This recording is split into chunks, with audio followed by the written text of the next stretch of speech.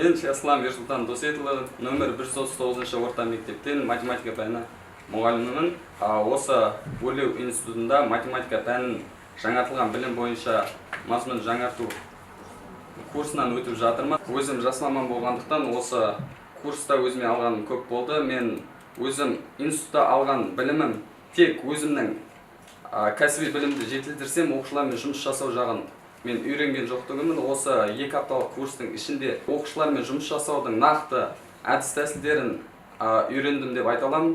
Және де алдағы уақытта өзімнің оқушыларыма сол әдіс тәсілдер арқылы оқушыларының кәсіби ойлау, кеңістік ойлауын дамытамын деген ойдамын. Маған осындай көп мүмкіндік, өзіме тәжірибе алмасуға мүмкіндік ұсынған өрлеу институтына және өзімнің тренерім Ешимова Алтай Зикеровнаға үлкен алғысымды жеткіземін. Және де осы өрлеу институтына мұғалімдердің өзінің білімін тереңдетуге, жетілдіруге жақсы жағдай жасалғанына мен қатты қуаныштымын.